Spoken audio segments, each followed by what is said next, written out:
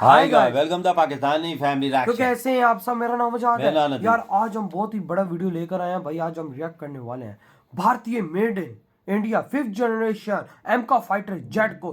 दुनिया के बड़े बड़े फाइटर जेट्स को पछाड़ कर आगे निकलता देख दुनिया की निकल गई चीज है। एमका क्या बोल रहे हो यार, F-35 को भी छोड़ दिया पीछे। अबे भाई साहब वही तो मैं बोल देखते हो वीडियो वॉच करती हैं ये तो यार। वॉच करेंगे तभी पता लगेगा आखिर किस तरह से दुनिया के बड़े बड़े फाइटर जेट्स को अमेरिका पछाड़ कर निकल रहा है सबसे आगे। तो कौन करते हैं स्टार्ट।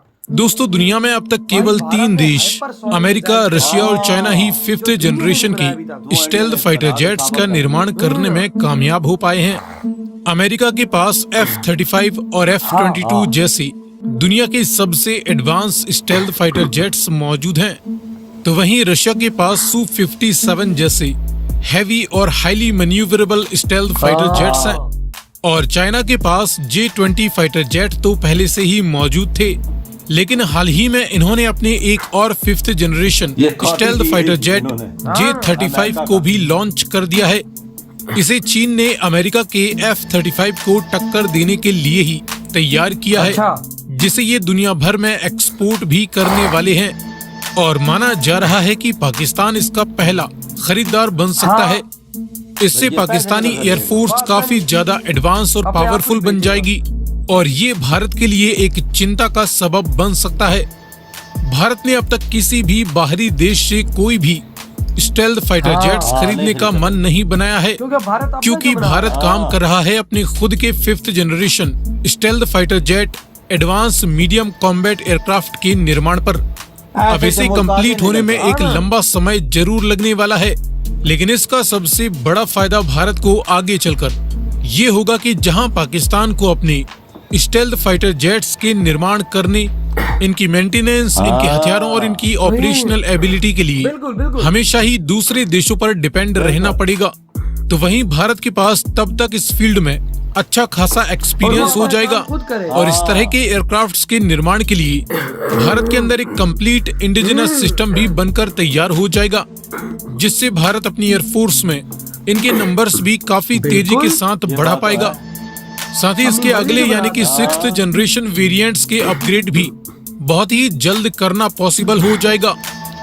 फिलहाल इस वीडियो में हम चीन और पाकिस्तान के पास आने वाली J-35 स्टेल्थ फाइटर जेट और भारत के upcoming AMCA stealth fighter jet के बीच इनके कुछ फीचर्स के आधार पर एक क्विक कंपैरिजन करने वाले हैं। लेकिन वीडियो में आगे बढ़ने से पहले आपके लिए एक सवाल, दुनिया में सबसे ज्यादा न्यूक्लियर वारहेड्स रखने वाला देश कौन सा है, अमेरिका या रशिया?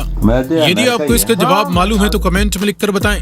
साथ ही जानकारी पसंद आए तो वीडियो को लाइक एंड शेयर करते हुए चैनल को सब्सक्राइब करना ना भूलें।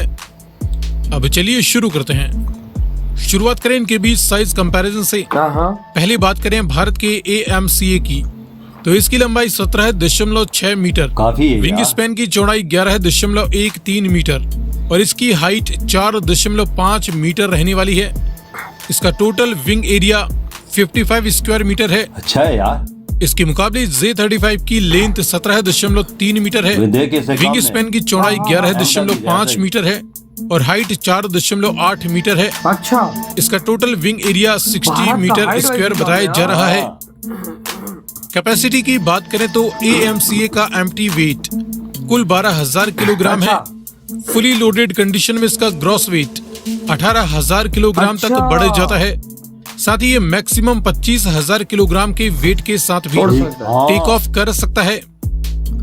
इसके मुकाबले J-35 का एम्प्टी वेट फिलहाल पब्लिकली अवेलेबल नहीं है, लेकिन इसका fully loaded gross weight 17,500 kilogram तक है और ये मैक्सिमम 28,000 किलोग्राम तक के वेट के साथ टेक ऑफ करने में सक्षम है।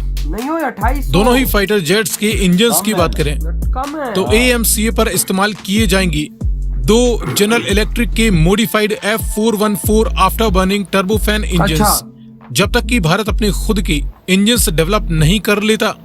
साथ ही इसके लिए फ्रेंच कंपनी सफ्रान के इंजन्स भी कंसीडर किए जा सकते हैं, जो कि इसे 110 किलो न्यूटन से लेकर 120 किलो न्यूटन तक का पावर प्रोवाइड करेंगे।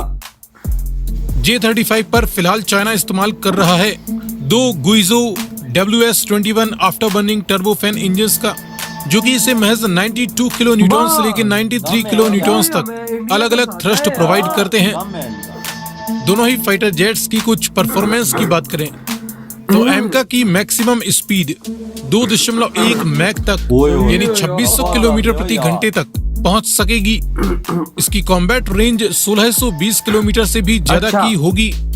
ये करीबन 20,000 मीटर की ऊंचाई तक सर्विस प्रोवाइड कर पाएगा। ओए यार 20,000 Z35 की मैक्सिमम स्पीड 1.8 मैक तक होगी। कम है, इसकी कॉम्बैट रेंज 1250 किलोमीटर ये तक भी होगी कम है हो यार। और ये 16,000 मीटर की ऊंचाई तक भी कम है सर्विस यार। प्रोवाइड कर पाएगा। वो एमका की ज्यादा ही। दोनों ही फाइटर जेट्स के आर्मामेंट्स की बात करें तो इंडियन AMC अपने साथ करीबन 6.5 टन तक का वेपन लोड कैरी कर सकता है। साथ ही इसके नॉन स्टेल्थ वर्जन में 14 वेपन लोकेटिंग हार्ड पॉइंट्स होंगे। अच्छा। इसके इंटरनल वेपन सिस्टम की अभी जानकारी पब्लिकली अवेलेबल नहीं है। मतलब उसको जरा सीक्रेट रखना। Z35 अपने साथ करीबन इंटरनल और एक्सटर्नल दोनों ही मिलाकर 8 टन तक का वेपन लोड कैरी कर पाएगा।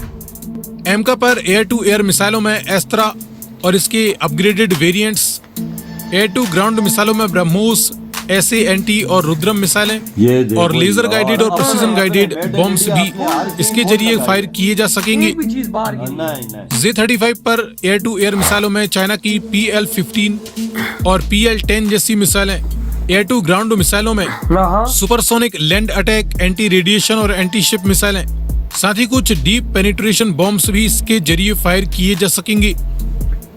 सो फ्रेंड्स, ये रहा भारत की upcoming advance medium combat aircraft और चाइना के J-35 स्टेल्थ फाइटर जेट के बीच एक क्विक कंपैरिजन। वही ना।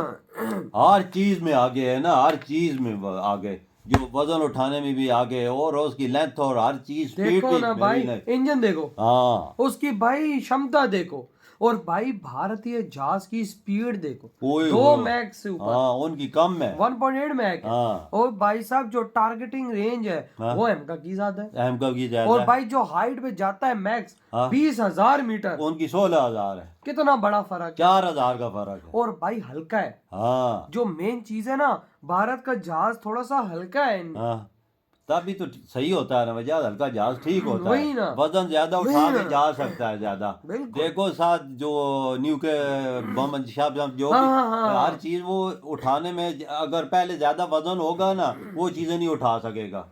ऐसा ही है, हाँ, तभी तो उन्होंने इसका वजन कम रखा है इंडिया ने। ताकि भाई साहब आराम से एक और वो बात हर बता- किस्म का वजन और एक उठा और सके। अपने मुताबिक बना रहे हो और अपनी मेड इन इंडिया हर चीज डिफेंस कल की को चीजें कल को उनको 1000 बनाना होगा ना, बरमूज इंडिया को वो बना लेंगे। हाँ, बरमूज मिसाइल और अस्त्रा मिसाइल, हर किस्म के अपने डिफेंस की चीजें लगा रहे यानी हो। न्यूक्लियर मिसाइल भी हाँ। एक से बढ़ के एक उसके साथ इंस्टॉल होने वाला। हाँ, देखे पाकिस्तान अगर लेता है तो उसमें मेंटेनेंस का कितना खर्चा आएगा, खराब हो जाते हैं सब कुछ, चाइना की बस सब कुछ हेल्प करेंगे बिल्कुल ना। ऐसा ही है। इंडिया खुद बना रहा है, खुद ही इंजीनियर सब कुछ करेंगे, तब तक इंडिया अपने ऐसे अपने पाँव पे खड़ा हो जाएगा कि मेंटेनेंस हर चीज इनकी खुद इंजीनियर करेंगे और खुद ही सब कुछ तभी तो इंडिया आज बाहर से नहीं ले रहा, नहीं ले रहा। क्योंकि इंडिया को पता है कि उनका ये जो फाइटर जेट है, हाँ। ये अमेरिका के भी फाइटर जेट से आगे है। बिल्कुल। तो उनको पता है उनके पास पैसा कम है। और पाकिस्तान F-35 लिए हुए हैं ना, अगर खराब हो जाए तो वो ढांचा है खाली, जहरी बात है। उनको ठीक करने वाला बंदा ही इधर वही कोई ना। नहीं है। और भाई अब उसका क्या कहते हैं,